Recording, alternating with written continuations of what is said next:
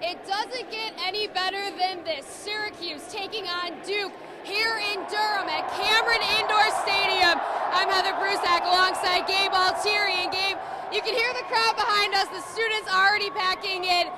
This crowd and this noise is definitely going to play an impact in this game. Yeah, not exactly 35,000 here, but it is going to be huge for this game. About 9,000 people can fit into this building. You see the students wrapping around the court here. They're deafening to the ears right now. It's nuts. It's going to be nuts. So many different signs here. The atmosphere is just insane. I can barely hear you talking to me right now.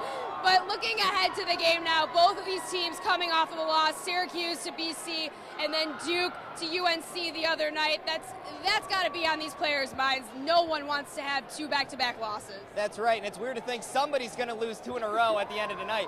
And they're two really different losses. Syracuse against a BC team that only had 6 wins going into that game, and then Duke to arguably the hottest team in the ACC right now, North Carolina. So we'll see who it affects more. Syracuse finally getting that one loss, no more undefeated talk. Meanwhile, Duke just lost to your arch rival. So we'll see how these teams can bounce back. Maybe that loss could have been good for one of them. Maybe a little bit of a wake-up call for both teams there.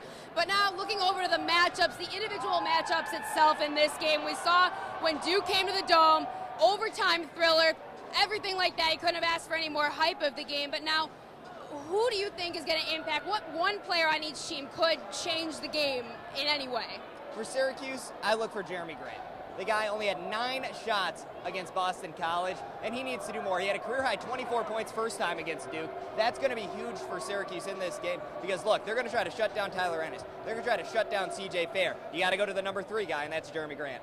And how about for Duke? What guys are you looking for on Duke that could impact the game for them? It's actually a bench player. It's Andre Dawkins. Look, he can launch it from outside, and he did so against Syracuse the first time around, torching Syracuse from outside, especially in that overtime period, almost leading Duke to that win. Syracuse can't let Dawkins get hot from outside, especially at home. That spells trouble for Syracuse. We're just about a couple hours away from tip-off now here in Durham at Cameron Indoor Stadium, but you can stay tuned to all of our coverage at sportsblog.citrustv.net or on Twitter. We'll have all of your live in-game updates, pictures, photos, and then post-game interviews afterwards. Everything you could want right here, our coverage. For Gabe Altieri, I'm Heather Prusak.